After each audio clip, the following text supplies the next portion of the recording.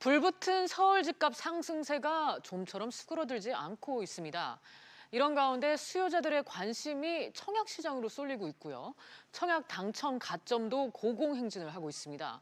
이 상황 어떻게 봐야 할까요? 송승현 부동산연구소 소장과 함께 자세히 얘기 나눠보도록 하겠습니다. 소장님 어서 오세요. 네, 안녕하세요. 네, 정부 규제도 지금 서울 집값 상승세 여전합니다. 이제 왜 오를까 이 고민에서 이제 벗어나서 얼마나 오를까 이런 기대감마저 생기고 있는데 소장님 전반적으로 이 상황 어떻게 보세요? 부동산은 일단 복잡해요. 네. 전체적으로 일반 경제로도 볼 수 있겠지만 그 공간적인 부분, 뭐 입지적인 그런 부분도 들어가 있고 네. 또 금융적인 부분도 들어가 있습니다. 결국 과거에는 돈이 있는 사람이 부동산을 사고 돈이 없는 사람들은 그냥 월세로 살거나 사글세로 사는 경우들이 많았었는데 지금은 대출이라는 걸 이용을 할 수가 있게 돼요. 그러다 보니까 조금 투자적인 욕심이 있는 사람 같은 경우는 대출까지 받아가지고도 시장에 접근을 할 수 있는 그런 부분이 있다 보니까 많은 사람들이 접근을 하게 되고 이런 부분들로 인해서 서울에 있는 그 흔히 말하는 똘똘한 한 채 쪽으로 많이 몰리다 보니까 집값이 더욱더 많이 상승을 그렇게 한 것 같습니다. 특히나 그 서울에 있는 아파트 값을 보면은 상승세가 상당히 눈에 띄고 있는데요.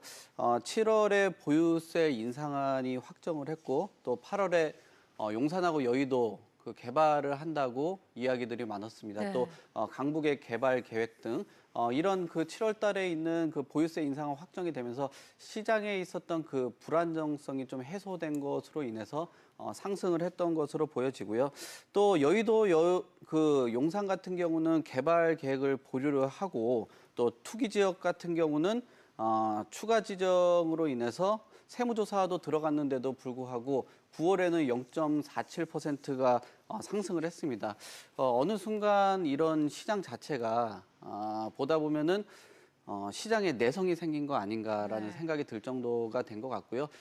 뭐 별거 아니다. 또 시장 규제라는 것이 사실 시장을 이기지 못한다는 이유가 시장에서 여러 가지 문제점이 발생을 하고 그 뒤에 규제책이 나오다 보니까 시장이 어쨌든 한 발 앞서가는 그런 부분이 있습니다. 그래서 부동산 가격을 잡는 것은 복잡한 과정이 있다 보니까 수요 억제책으로는 어느 정도 한계가 있지 않나 그렇게 네. 보고 있습니다. 정말 소장님 말씀대로 이 부동산 시장이라는 게 여러 요소가 복합적으로 영향을 미치다 보니까 경제 이론만으로는 설명이 안 되는 그런 부분이 있는 것 같습니다. 자, 이런 가운데 이달 전국에서 14,000여 가구가 분양이 예정돼 있는데 지금 분양 시장 열기가 굉장히 뜨겁다고요? 네, 뭐 이런 분위기에 안 뜨거울 수가 네, 없겠죠.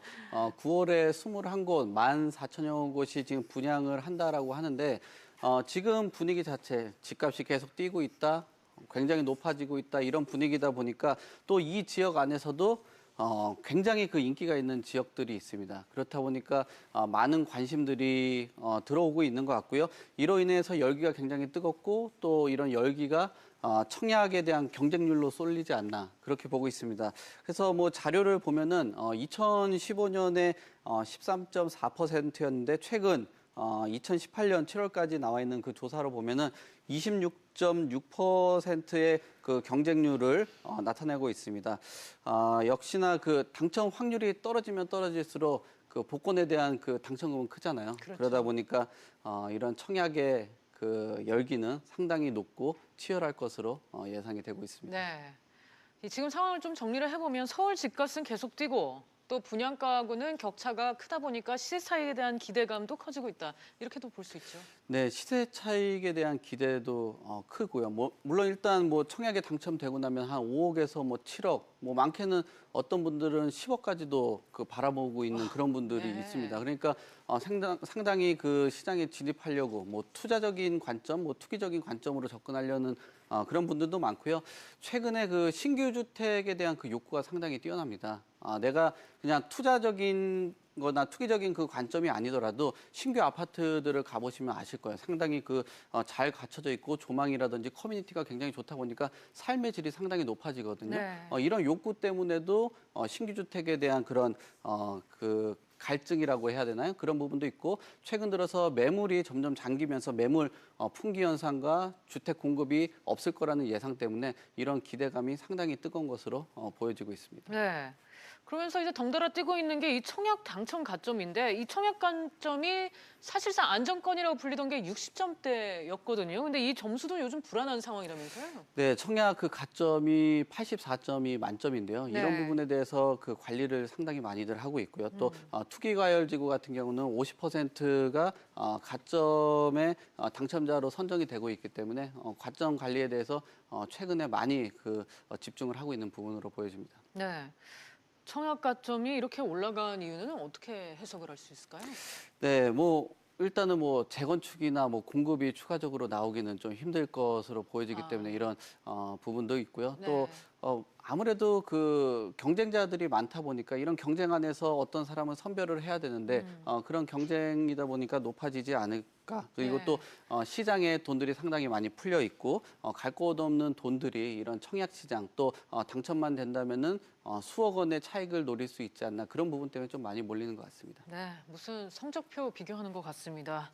자, 이런 상황에서 문제는 실수요자들입니다. 새 아파트를 저렴하게 살 수 있는 기회를 좀 엿보고 있을 건데 이마저도 뭐 쉬워 보이지는 않네요. 네, 공급량이 늘어나지 않는 한은 좀 쉽지는 않을 것 같습니다. 네.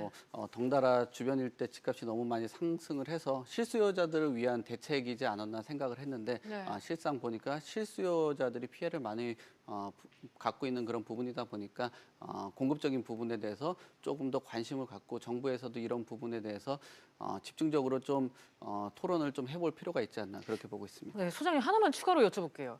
다음 주 이르면 다음 주에 정부가 추가 대책을 내놓는다고 하는데 어떻게 전망하세요?